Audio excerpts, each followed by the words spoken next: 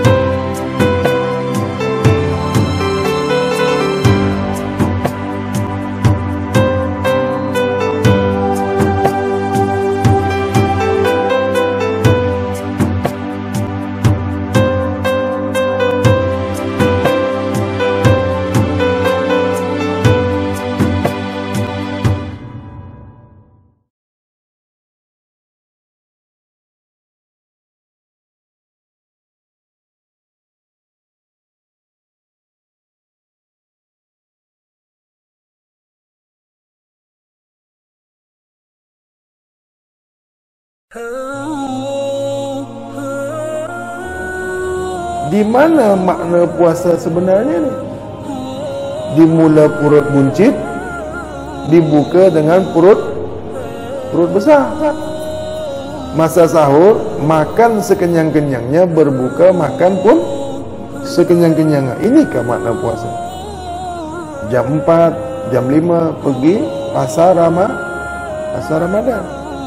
Pukul 4, pukul 5 pergi ke bazar Ramadan. Itu pasar malam. Yang pasar petang tu yang sediakan makanan yang berlauk kan, nasi berlauk, nasi apa, ikan goreng, ayam goreng, kan? Ayam pecik, rendang. Pukul 4, pukul 5 ada tak selera makan tu? Dah buka tak selera makan? Nafsu nak makan tu dah buka tak? Fikiran nak makan tu dah rasa tak? Rasa nak makan tu dah buka tak? Hati nak makan tu dah buka tak? Fikiran nak makan tu sudah buka tak? Pukul 4 dia dah buka semua dah tu. Pukul 4 petang dah berangan-angan nak, dah beringat-ingat nak dah sedia-sedia nak dah buat-buat dah semua nak puasa lagi ke tu? Mata dah deling-jeling dah tengok-tengok makanan dah. Mata dah buka dah, selera dah buka, nafsu dah buka, fikiran dah buka, semua dah buka habis dah. Dah letak depan mata. Tunggu kau ya. Sekejap lagi kau ni, tunggu. Balun habis kau semua. Aku dah dari pagi tak makan ni, nanti kau jaga kau.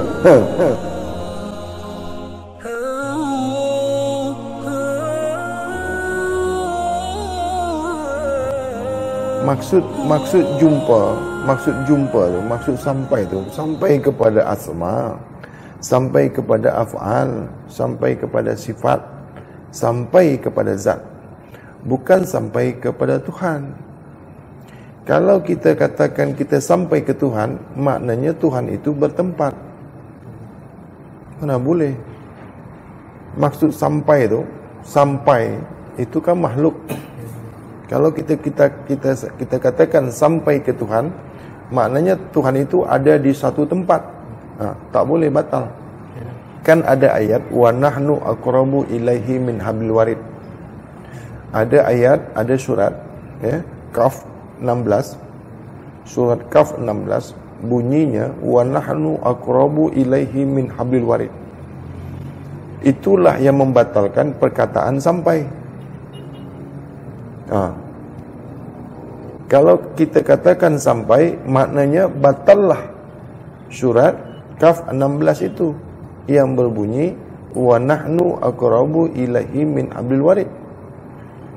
Diri Tuhanmu lagi dekat daripada dua batang urat leher kamu. Nak sampai macam mana? Kalau kita katakan sampai ke Tuhan, maknanya bukan wa nahnu aqrabu ilaihi min hablil warid. Sampai itu kan tak ada dengan kita. Ini ada surat, ada ayat, maknanya diri Tuhanmu lagi dekat, terlebih dekat dari 2 batang urat leher kamu. Macam mana kita katakan kita sampai? Kalau kita katakan sampai itu maknanya bukan wa nahnu lah. Bukan wa nahnu aqrabu. Wa nahnu aqrabu ilaihi. Sesungguhnya diriku, sesungguhnya diriku ini lagi dekat dari 2 batang urat leher kamu. Macam mana pula kita katakan sampai kepadanya, sampai ke Tuhan? Macam mana? Macam mana nak letak ayat ni? Boleh tak? Boleh tak Tuhan? Boleh tak Tuhan itu? Tuhan berkata, firman Allah tu, surat tu, ayat tu mengatakan, aku ni lagi dekat daripada 2 batang urat leher kamu. Macam mana kau katakan kau sampai kepada aku? Aku ni kan dekat. Kenapa ada sampai tak sampai? Macam mana?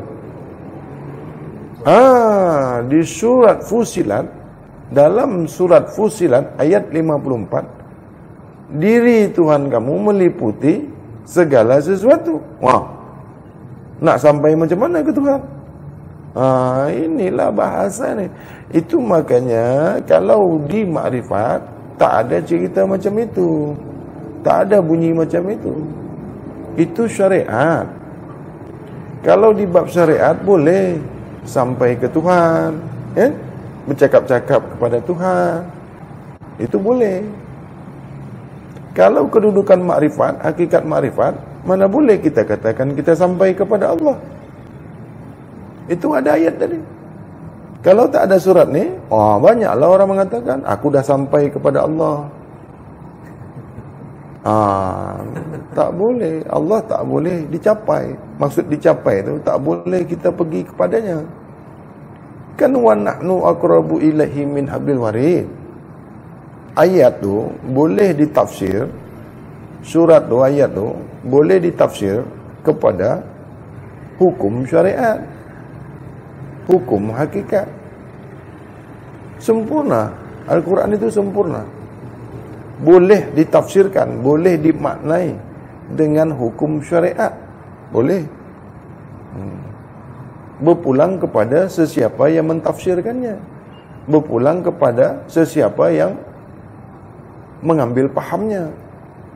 Kita ni paham apa? Paham syariat. Boleh mentafsirkan Al-Quran itu. Boleh tafsir tarekat, boleh tafsir tarekat hakikat, boleh tafsir makrifat, boleh tafsir kalam, musyahadah, ghaib, boleh. Cukup dalam Al-Quran itu. Itu makanya kalau orang yang belajar syariat, tarekat, hakikat, makrifat, kalam, musyahadah, ghaib, dia tak bercelaru. Tak ada salah menyalahkan. Faham. Oh, kamu tafsir syariat, hukum syariat, gunalah sesuai apa kepahaman kamu. Tetapi bila ada orang yang belajar hanya tafsir syariat saja, dia dengar tafsir makrifat, dia tak boleh terima ni. Ini apa ni? Dia cakap tafsir dia saja yang betul. Kaedah ni kan banyak, macam-macam kan. Mana tafsir yang paling betul? Mana tafsir yang paling betul? Yang sangat betul tu mana? Al-Quran ni datang dari mana ni? Allah. Maknanya Allah lah yang tahu betul tak betul. Nah, Allah zahirkan contoh. Allah bagi contoh. Allah bagi uswatun hasanah. Kan? Mana uswatun hasanah kita? Siapa contoh kita ni? Nabi Muhammad Rasulullah SAW. Pasti betul. Tak ada keraguan lagi. Sesungguhnya Al-Quran itu tidak ada keraguan di dalamnya. Tak ada satu pun apa-apa yang dituliskan, yang dijelaskan, Di dalam Al-Quran itu sudah sedia betul, tak ada lagi keraguan apapun di dalamnya. Apa-apa yang diriwayatkan, apa-apa yang dituliskan, apa-apa yang ada di dalam Al-Quran itu tidak ada lagi keraguan di dalamnya. Semuanya sekali. 114 surat, 6.666 ayat, tidak ada satupun yang boleh kita ragukan kebenarannya. Dan semuanya sudah pun dibuktikan. Sudah terbukti semuanya. Baik di syariat maupun hakikat, makrifat, semuanya sudah terbukti kebenarannya. Dan sudah pun diuji kebenaran Al-Quran itu. Jangan keluar daripada Al-Quran. Tak boleh. Apa-apa yang kita faham, apa-apa yang kita yakini, jangan sampai ditolak oleh Al-Quran. Tak boleh. Al-Quran sebagai rujukan, sebagai acuan, sebagai panduan hukum. Jangan lepas, jangan keluar, jangan ketuk tambah, jangan kurang-kurang, jangan tambah-tambah. Cukup sudah, sempurna sudah. Ikut saja, buat saja apa yang tertera, apa yang diperintahkan, apa yang diceritakan, apa yang diriwayatkan di dalam Al-Quran. Ikut saja, jangan tentang. InsyaAllah selamat. Apapun ada, segala-galanya ada. Nak jadi wali ke? Nak jadi ulama? Nak jadi guru? Nak jadi khalifah? Nak jadi insan kamil mughammil? Nak jadi awam? Nak jadi hawas? Nak jadi hawasul hawas? Nak jadi haiwan? Nak jadi syaitan? Nak jadi iblis? Nak jadi jin? Nak masuk surga? Nak masuk neraka? Semuanya ada. Semuanya ada. Berpulang, nak ke mana? Allah dah bagi semuanya. Allah dah bagi jalan. Allah dah bagi petunjuk. Allah dah bagi hidayah. Allah dah bagi ilmu. Allah dah bagi akal. Allah dah bagi semuanya kepada kita. Kita nak duduk di mana? Kita nak yang macam mana? Kita. Oh, saya ni nak kedudukan awam. Boleh. Saya ni tak nak hawasul hawas ni, nak jadi wali, nak jadi ini. Aku tak nak tu semua. Aku nak jadi orang awam aja, biasa-biasa aja, boleh. Tak ada paksaan. Nabi ada paksa kita? Ada tak paksaan untuk orang beragama ni? Untuk keyakinan boleh tak? Tak ada. Keyakinan itu, kepahaman tu sudah ada pada diri kita. Surga, neraka, kebaikan, keburukan sudah ada pada diri kita. Kita nak yang mana? Tak payah minta neraka, tak payah. Buat aja yang tak betul tu. Garanti masuknya. Tak payah, ya Allah masukkanlah aku ke neraka, tak payah. Buat je. Ya. Kalau nak masuk neraka, jangan minta-minta. Tak payah. Allah Maha tahu. Allah Maha tahu. Kau niat salah ke, kau niat buruk ke, kau niat baik ke, Allah Maha tahu. Tak payah tempah neraka tu. Surga pun macam tu juga. Tak payah minta-minta masuk surga. Buat apa? Kalau kita minta-minta masuk ke surga, maknanya kita tak faham Allah itu Maha. Allah Maha mengetahui. Sudah menggugurkan. Kita sudah memperbodohkan Tuhan. Ya Allah, masukkanlah aku ni ke surga. Itu sudah memperbodohkan Tuhan. Allah tak tahukah ke mana kita ni nak dimasukkannya? Tak tahu. Kenapa minta-minta? Orang yang sentiasa meminta kepada Allah, Dia tak faham Allah itu maha tahu. Allah tak tahu ke apa yang kita nak ni? Yang kita tak nak, Allah faham tak? Apa yang kita nak, apa yang kita tak nak, Allah tahu. Allah maha tahu, maha mengetahui, maha bijaksana. Lalu Bahari, ada ayat, barang sesiapa meminta kepadaku, niscaya akan aku bagi, akan aku berikan. Itu awam. Itu kaum awam. Kalau kaum hawasul hawas, dia tahu Allah itu maha mengetahui. Dia faham Allah itu maha mengetahui. Kalau di bab awam ni, dia tak faham Allah itu maha mengetahui. Itu yang dia minta-minta terus tu. Dia minta aja, kerjanya minta saja. Kenal ke, tak kenal ke, tahu ke, tak tahu ke, janji, minta. Tukang minta-minta. Apa saja dia minta dia dengan Tuhan. Dia ingat Tuhan tu bapak dia. Dia ingat Tuhan tu macam bapak dia. Kalau minta dengan bapak dia kan mesti bagi punya kan. Minta dengan ayah kita, kalau tak ikut cakap ayah kita, macam mana? Cubalah kau minta dengan ayah kau tu, dengan bapak kau tu juga minta. Tapi kau tak kerjakan apa perintah dia, buat dia yang ini muka kau ni.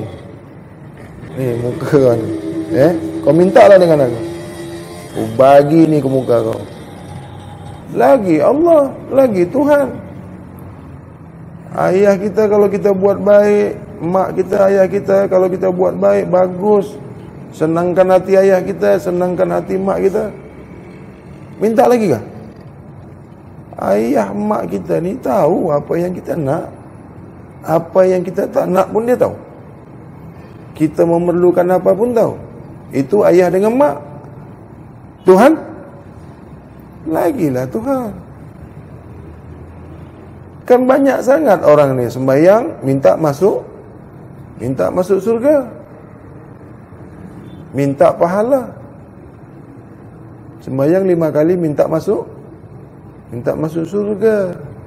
Puasa minta masuk surga. Tak tahukah Allah nak ke mana kita dibawa dia? Allah tak fahamkah orang baik ni pergi ke mana? Allah tak faham orang jahat ni perginya ke mana? Kalau ke neraka tak ada orang minta ada. Ada tak orang minta masuk neraka?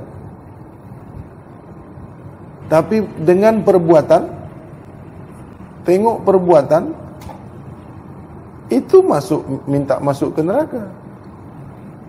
Jadi Allah bukan lagi lihat, tengok apa perkataan permintaan kita, tapi Allah tengok apa yang kita buat. Itu yang Allah nilai itu, terutama hati kita. Allah sangat tahu, sangat mengetahui. Allah maha mengetahui apa-apa yang disembunyikan, apa-apa yang dizahirkan. Allah maha mengetahui apa-apa yang dirahasiakan dan apa-apa yang dizahirkan. Kedua-duanya Allah tahu.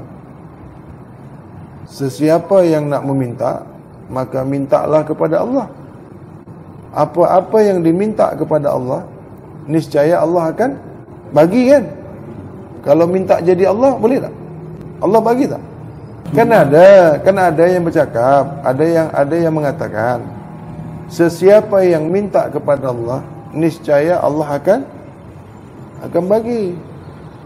Ini betul ke ayat ni? Itulah. Apa-apa yang diminta mesti Allah bagi, kata dia. Betul kan ni? Kalau macam tu minta jadi Allah pun dibagilah. Kan apa-apa yang diminta mesti Allah bagi. Mintalah jadi Allah. mintalah masuk surga. Macam itu kah? Ha? Boleh macam itu kah? Senang sangat, mudah sangat Ha? Apa-apa yang kita minta, mintalah kepada Allah. Kan macam tu. Niscaya Allah akan senang sangat Allah. Mudah sangat kan. Minta ini, minta itu kan. Apa-apa pun cakaplah dengan Tuhan semua. Macam tu kah? Ya. Ayah kita ada kereta. Kita ni kecil lagi. Ayah, aku minta kereta. Ayah bagi tak? Ha? Kita ni budak lagi. Tak bagi. Ha? Kita ni budak lagi, masih kecil lagi. Kita tengok ayah kita pakai kereta. Ayah, aku ni minta kereta, ayah bagi tak? Ha? Kenapa ayah kita tak bagi tu? Ayah kita tak bagi kita kereta sebab ayah kita tu sayang ke kita. Dia tak nak kita ni cedera, tak nak aksiden, tak nak celaka. Begitu juga kepada Allah. Allah pun begitu juga. Kalau kita minta kepada Allah, Allah tak bagi, Allah tak nak kita ni celaka. Masa ni kita kanak-kanak, esok kita jadi ayah. Sesiapa yang pernah jadi kanak-kanak, esok mesti jadi bapak-bapak, jadi ayah-ayah. Sesiapa yang tak pernah jadi kanak-kanak, dia tak akan boleh jadi ayah. Dia tak jadi boleh bapak, sebab dia tak faham jadi kanak-kanak. Masa kita kecil-kecil, minta dengan mak kita, mak minta pisau, mak kita bagi tak? Kenapa kita kepada Allah? Kenapa kita kepada Allah? Semuanya kita minta kepada Allah. Sebut aja, apa pun minta semua. Minta satu dapat satu, dapat satu minta dua, dapat dua minta tiga, dapat tiga minta lima, dapat lima minta aja. Doa tu maknanya minta. Berdoa itu maknanya minta, memohon. Berdoa itu maknanya memohon, meminta. Doa tu bunyi Arab. Buat sikit, minta upah banyak. Yang macam tu siapa tu? Yang selalu buat macam tu siapa? Kanak-kanak tidak? Kanak-kanak nak pergi belajar, nak pergi sekolah, minta duit. Tak dibagi duit, tak sekolah, tak belajar. Solat itu, sembahyang tu untuk kita. Solat, sembahyang, puasa, itu untuk kita, bukan untuk Allah. Sembahyang itu kebaikan untuk kita, mencegah kita jangan buat keji dan mungkar. Sembahyang tu, solat tu untuk kita, untuk kebaikan kita. Allah suruh kita ni sembahyang, suruh kita ni solat untuk kebaikan kita, bukan untuk Allah. Kenapa pula kita minta upah kepada Allah? Ya Allah, aku ni nak sembahyang lah, bagi aku surga tak? Ya Allah, aku ni nak sembahyang ni, agak-agak aku ni dapat surga ke tidak ya Allah? Kalau kau tak bagi aku surga, aku tak nak sembahyang dah. Aku ni sembahyang nak kumpul pahala. 5 kali aku sembahyang, 5 kali pahala. Sehari sembahyang 5 kali. Sebulan 5 kali 30, 150 kali sembahyang dah aku ni. Agak-agak masuk surga yang keberapa ni? Sekarang sembahyang ni untuk siapa? Kita letak kepada Allah kah? Sembahyang kita ni nak serah kepada Allah kah? Adakah guna sembahyang ni kita bagi kepada Allah? Ada gunanya tak kita serah sembahyang kita ni kepada Allah? Agak-agak ada kegunaannya tak? bila kita sembahyang nih, ada faedahnya tak kepada Allah? Bukan kepada kita kah faedahnya? Untuk kebaikan kita, untuk kesehatan kita.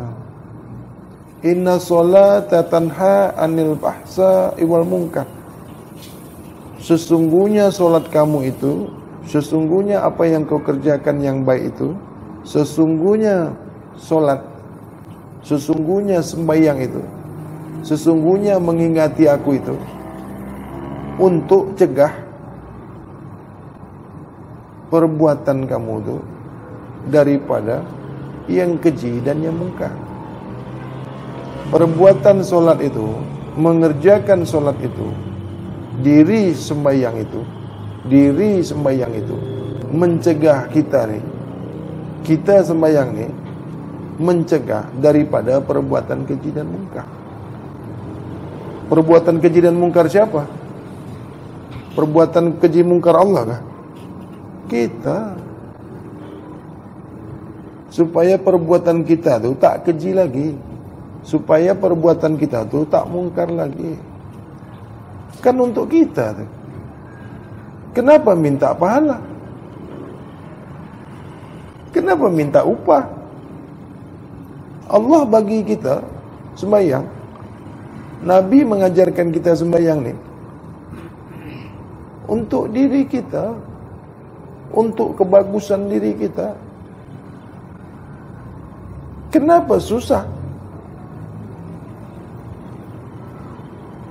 Kenapa susah sangat? Solat itu kan untuk kebagusan kita. Kenapa tak nak? Kenapa susah sangat kita buat sembahyang ni?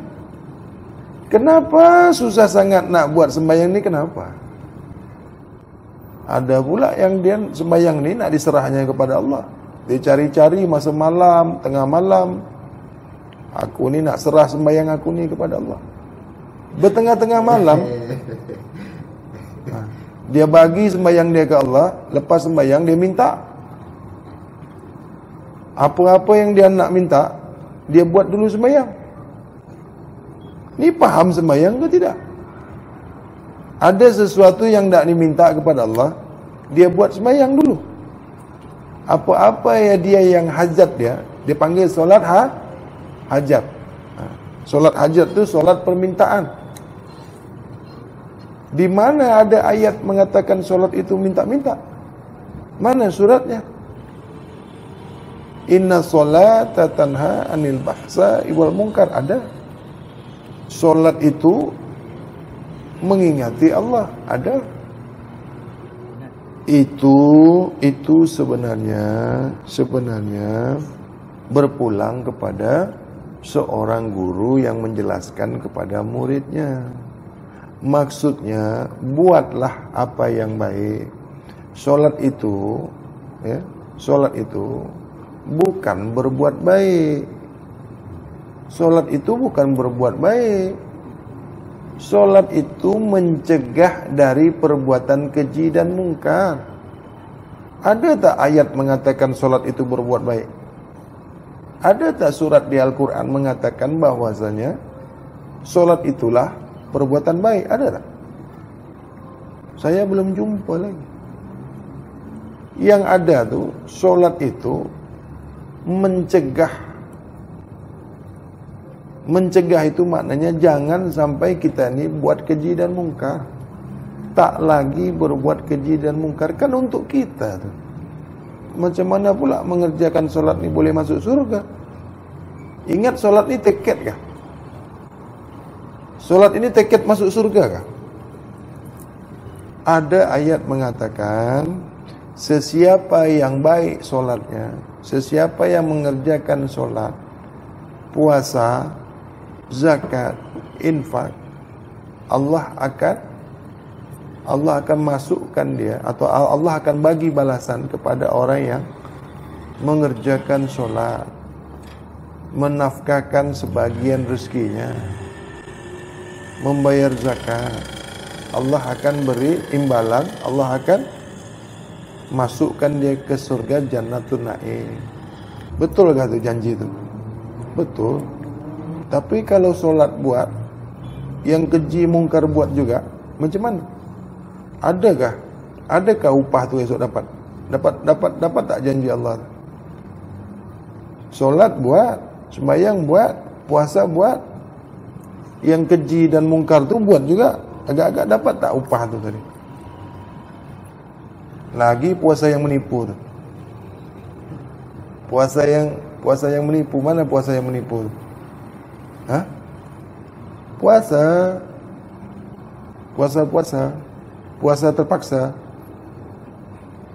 Kan? Kata dia puasa tu mula-mula dengan niat tu makan. Ya? Sahur tu makna dia makan, kata dia. Sahur itu maknanya makan. Berbuka itu pun makan. Maknanya di awal dengan dibuka dengan Nah, ini kita cerita ni betul ke tidak? Logik tak? Memang macam tu kan? Apa nak mulakan puasa tu? Sahur. Makna sahur itu makan. Kalau dia tak makan, dia kata tak sah puasa tu.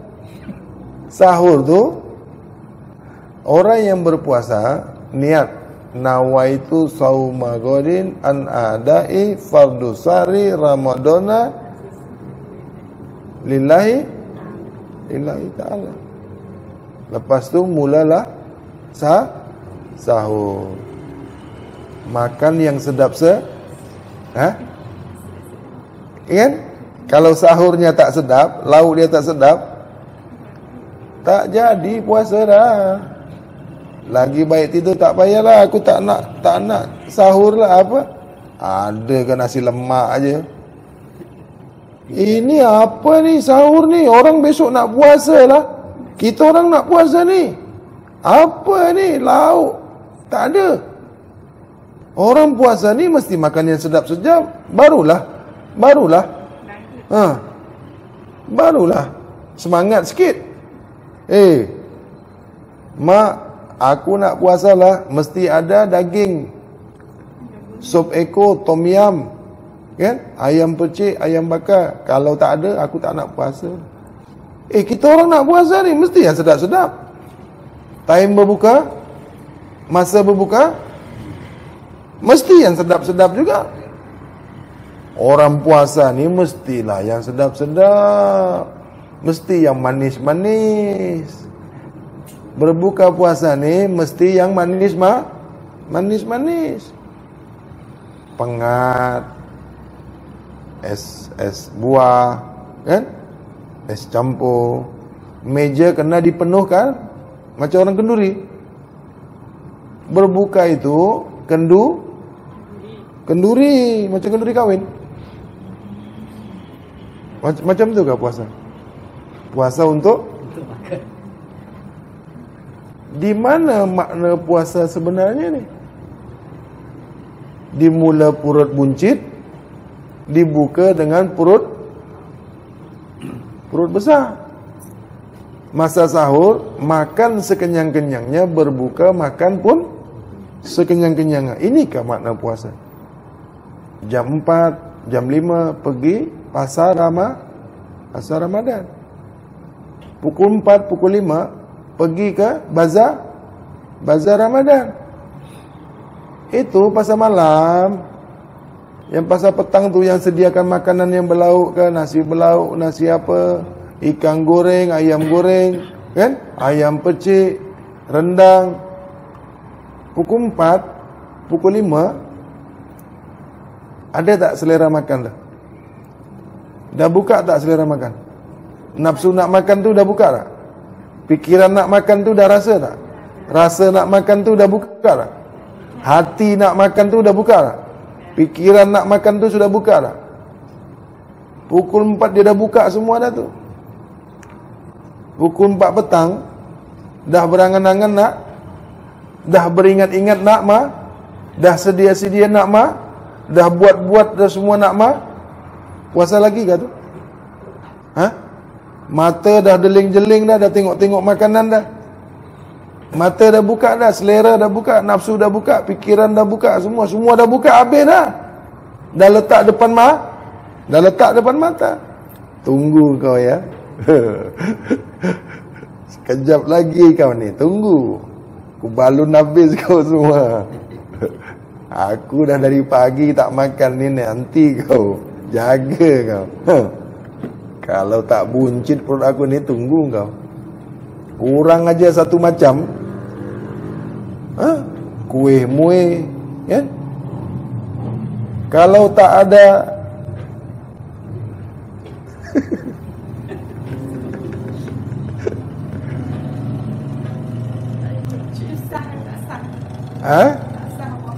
mana boleh cakap tak sah, marah orang. Cuba dah tengok di rumah ustaz tu macam mana. Cuba tengok rumah ustaz.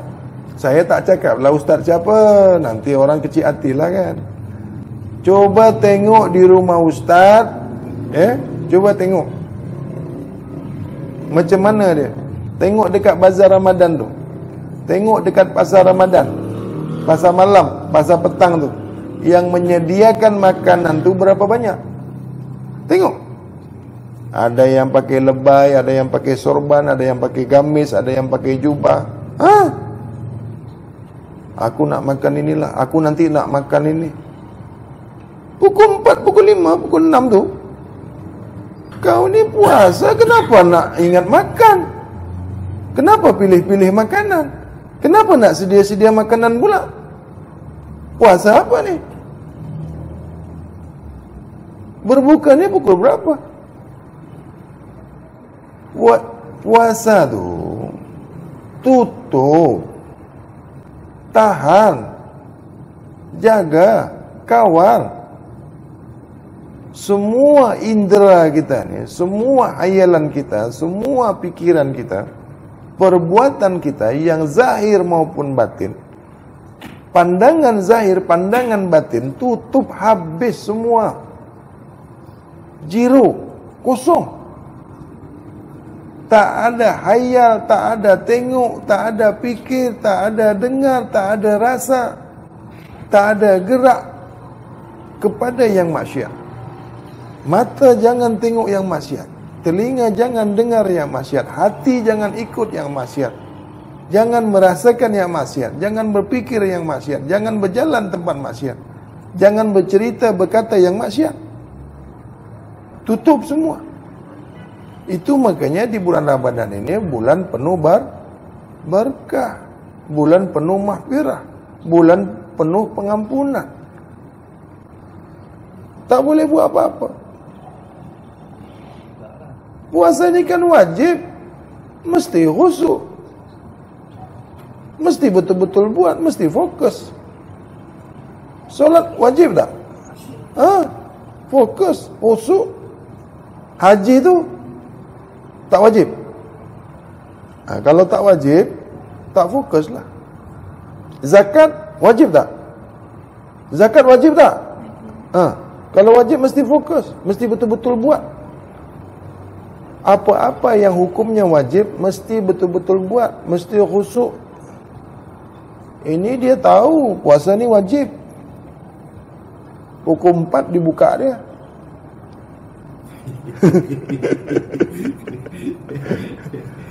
Bukan kaum awam saja, bukan orang bodoh. Ustaz pergi pasar malam, pergi bazar.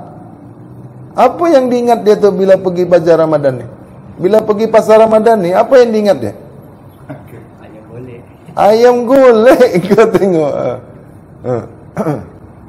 Ustaz lebay ke? Guru ke?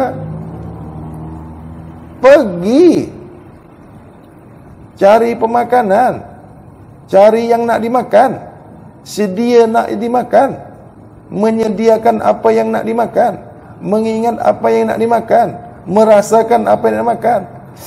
Aduh, ayam percik, ya Allah, bila ni lambat sangat. Dah terbayang-bayang dah ayam goreng tu. Dah terbayang-bayang. Macam mana ni hukumnya ni? Depan mata, depan meja tu, belum time lagi, Dah letak depan meja. Dah pandang memandang kata dia. Dah masuk kaji dia. Pandang memandang, tilik menilik ya. Saksi menyaksi. Pukul 5 keluar ilmu semua. Inilah dikatakan pandang memandang, saksi menyaksi. Nyata menyata ni. Tengoklah pukul 5 tu. Habis masuk semua kajian dah.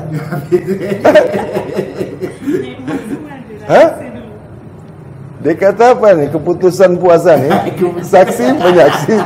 Saksi menyaksi, pandang memandang, tilik menilik, rasa merasa. Mesti letak depan Oh, itu makrifat tu. Jatuh makrifat semua. Dia tahu ayam tu tak masak ke, ayam tu tak sedap ke. Mana kau tahu ayam ni tak sedap? Bau dia. Yang ini bau dia kuat, yang ini ini rencah dia kurang ni, ini mesti tak sedapnya.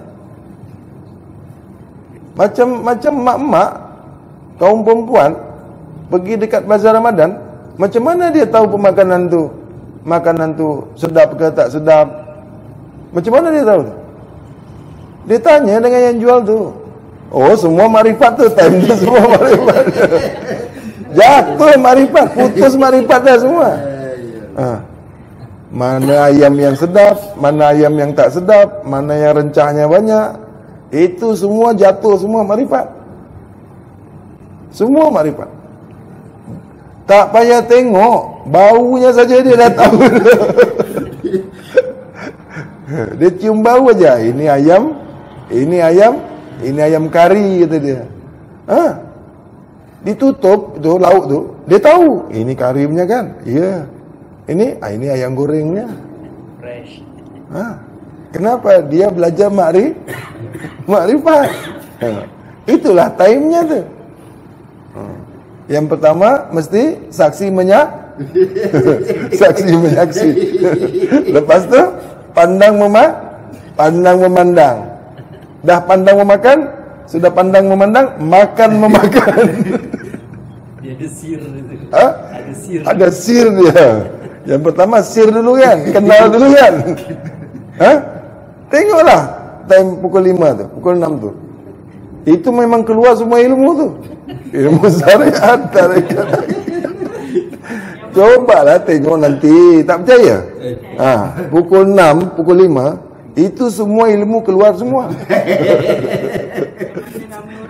Dia kata apa? Cahaya tu, nur tu sudah terpandang, dia kata. Tembus menembus. Bulan puasa ni kalau nak tengok orang tu sampai ke tidak makrifat dia. 7 petala langit. 7 petala langit, 7 petala bumi. Dah tahu dia. Iya. Dia duduk dekat hall kan, dekat ruangan kan. Bini dia masak, dia dapat rasa dah tu. Bau dia. Bawang kurang, garam kurang. Bulan puasa ni lah. Tembus menembus. Bunyi aja tu. Kuali tu bunyi. Sekejap lagi. Lagi time nak raya. Kuih muih semua kan. Time nak raya, orang perempuan mesti buat kuih. Apa jadinya tu? Menyediakan, merasakan, menghayalkan. Hayal ni macam mana ni? Kita kalau masak ni mesti rasa sikit. Rasa garam dia. Rasa macam apa? Rasa cili dia kan? Kan mesti dirasa. Letak dekat mana tu rasa tu? Tak payah, hidu aja lah. Jangan letak dekat lidah, nanti batal. Ustaz, kenapa Ustaz tak puasa Ustaz? Saya haid lah. Dia kata apa? Berhalangan. Ustaz pun haid juga. Berhalangan. Tak boleh puasa.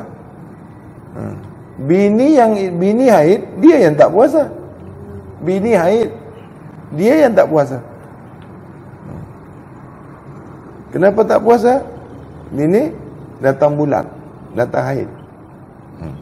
Bini yang datang haid, dia yang tak puasa. Boleh ke macam mana? Masa awal tu, masa awal-awal satu Ramadan, wah, mandi bunga. Ada tak? Ada tak? Mandi dengan air bunga? Dekat Indon banyak tu. Cari di mana sungai, cari di mana air terjun, mandi tempat air yang berjalan. Di mana air yang bergerak, air sungai, air terjun. Dikata apa? Pembersihan, mandi air suci. Pakai bunga, mandi bunga. Kalau tak mandi bunga, tak sah puasanya. Mesti mandi bunga. Supaya wangi ke mandi bunga tu? Mandi bunga tu boleh wangi ke? Mandi kan aja lah minyak wangi. Buat apa cari bunga? Mandi bunga tu kan untuk wangi. Ya? Mana lagi ringkas lagi? Mana lagi bagus kita mandi minyak wangi daripada mandi bunga? Mandikanlah minyak wangi. Nak wangi lagi, minum minyak wangi tu. Boleh wangi. Macam mana cara wangikan badan kita ni? Macam mana kita nak wangikan badan kita? Guna minyak wangi. Kalau tak wangi juga, makan minyak wangi tu.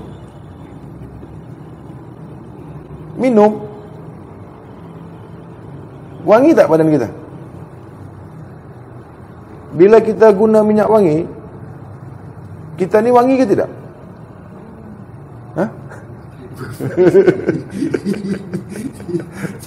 Bila kita pakai minyak wangi, badan kita ni wangi ke tidak? Wangi. Okey. Minyak wangi ni yang digunanya wanginya ke minyaknya? Minyak wangi yang nak diguna ni, kita nak guna minyaknya ke nak guna wanginya? Yang nak didapat ni wanginya ke minyaknya? Maknanya ada dua. Ada minyak, ada minyak ke yang wangi tu? Minyak wangi. Yang wangi minyak kah? Minyak itu tempatnya wangi. Wangi itu ada pada minyak. Tapi minyak bukan wangi. Wangi bukan minyak. Minyak wangi, minyak lah, wangi lah. Minyak wangi itu minyak yang dibagi wangi. Minyak wangi itu minyak tak ada yang wangi dah. Macam mana minyak tu boleh wangi? Dibagi perisa wangi, dibagi yang wangi-wangi. Itu makanya minyak tu wangi. Mana ada minyak tu yang wangi? Ada ke minyak wangi? Minyak dibagi wangi, dibagi wangi-wangian. Barulah minyak tu wangi. Macam oren, apple, kan?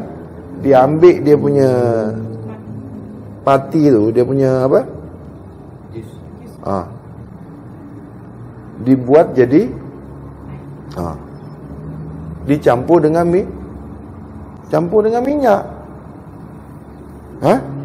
Macam-macam lah perisa, macam-macam wangi. Jadi kalau kita guna minyak wangi, yang wangi itu minyak. Bila kita guna minyak wangi, kita tak wangi dah. Yang wangi itu minyak. Engkau tak wangi. Cuba habis wangi itu. Engkau wangi ke tidak? Bila seseorang guna minyak wangi, orang tu wangi ke tidak?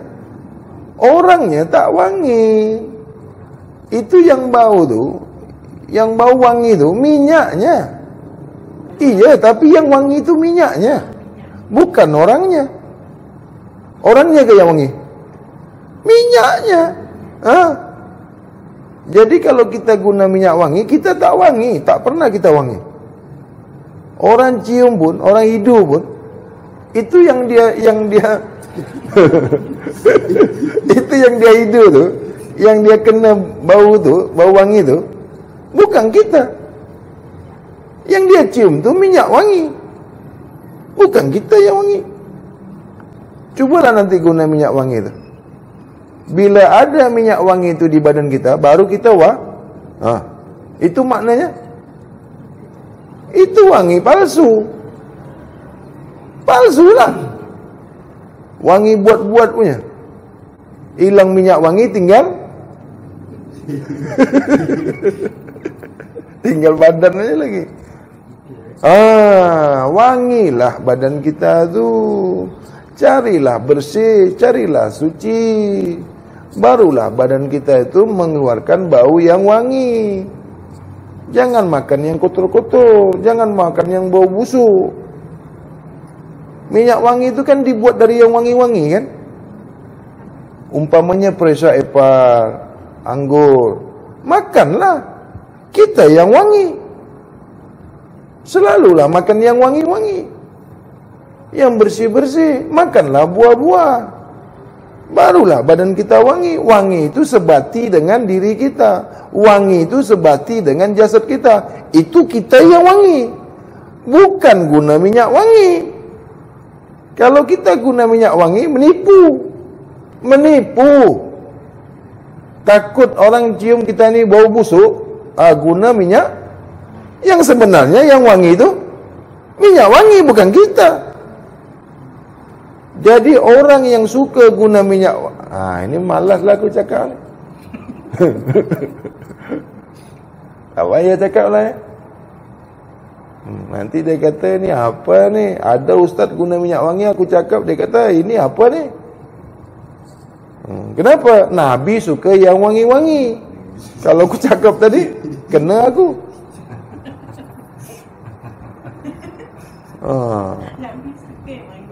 Itu sebenarnya rahsianya Nabi itu, maksud Nabi itu suka yang wangi-wangi. Ya, ini sebenarnya kan rahasia. Nabi suka wangi-wangi itu bukan Nabi suka guna minyak wangi. Nabi suka makan yang wangi-wangi. Buah zaitun, tamar, kurma, anggur. Ini kan wangi. Itu maksudnya. Yang orang-orang sekarang ni dia kata Nabi suka guna minyak. Tapi tak tahulah, aku berpulanglah. Dulu di mana orang buat minyak wangi? Ada kilang minyak wangi ke dulu? Dulu sekali, dulu kucing belum tumbuh bulu. Di mana nak beli minyak wangi? Dulu orang-orang dulu nak wangi limau tu, dia potong-potong, dia letak dalam air, dia mandikan. Orang yang banyak makan limau, orang yang banyak makan buah oren, banyak makan buah-buahan, bau badannya cantik, bagus. Itu maksudnya. Itu kita yang wangi. Sesiapa yang guna minyak wangi sampai mati pun dia takkan pernah wangi itu. Ini logik apa? Itu kan palsu kau tu wangi. Betulkah kau wangi itu kau pakai minyak wangi? Itu menipu diri. Yang wangi kan minyak wangi. Kau tak pernah wangi. Habis kalau tak ada minyak wangi, boleh wangi kah? Kalau tak guna minyak wangi, boleh wangi kah? Maknanya, adapun kita guna minyak wangi ini, kita bersedekah. Niat guna minyak wangi, niat kita guna minyak wangi ini, memakai minyak wangi ini, kita niat bersedekah. Orang cium tak bau minyak wangi ini? Bila orang merasakan wangi ini, bersedekah. Nyaman tak rasanya? Itu. Jadi kalau guna minyak wangi, niat bersedekah. Jangan nak wangi-wangikan badan. Kan amal baik tu. Begitu orang yang smart, orang yang pandai. Jadi bila kita guna minyak wangi, berniatlah untuk bersedekah. Orang-orang cium wangi. Jangan kita aja pakai minyak wangi. Berbagi-bagilah. Sunnah. Bagus, baik. Apabila kita ada minyak wangi, bagi-bagikan. Jadi kita ni semua wangi. Tapi percayalah kita tak. Malaslah buka bab ni. Nanti ada orang kata ini apalah bang ini. Tapi saya ni logik.